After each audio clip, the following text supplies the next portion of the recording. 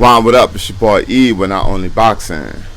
Getting straight to the point with this video. So Terence Crawford went on the Boxing Voice and was asked about the fight between he and Spence. And of course, Terence Crawford alluded to the fight taking place in the United Kingdom, and I wanted to talk about it in this video real quick. So Terence Crawford actually, in reality, doesn't have a bad idea.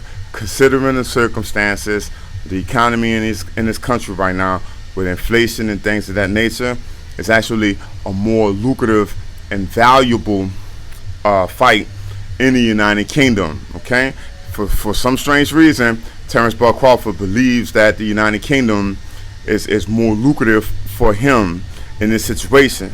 So what Terence Crawford is doing is that he's seeking leverage. He's trying to develop leverage in the situation. Okay, now, considering the circumstances of how Terence Crawford's career has gotten up to this point right now where we stand, in order for him to get $10 million out of a tobacco company, BLK Prime, right, for pay-per-view that's going to generate less than 5,000 buys, you got to give him credit. Whoever's his advisors, from what I'm hearing, is Daniel Kinahan with MTK Global and stuff like that.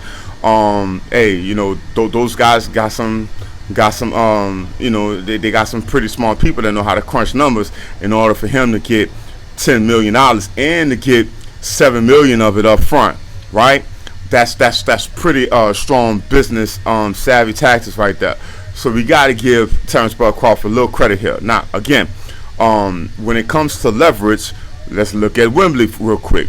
Wembley can hold, I think it's like 90,000 people if I'm not mistaken, right? So let's say if the tickets are on sale for 500 euros or US dollars, right?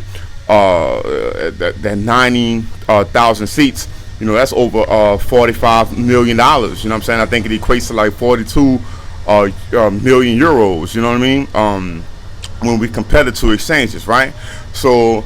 And then on top of that, I think the UK also has another arena like right on side the arena. I think it's called Oval or something like that. They can fill that up with a bunch of spectators. You know what I'm saying? Charge them $200 or 200 euros or whatever the case is. So Terence Crawford actually has a good idea. Now, with all that being said, you know what I mean? I know I already got about 600 dislikes on this video, right?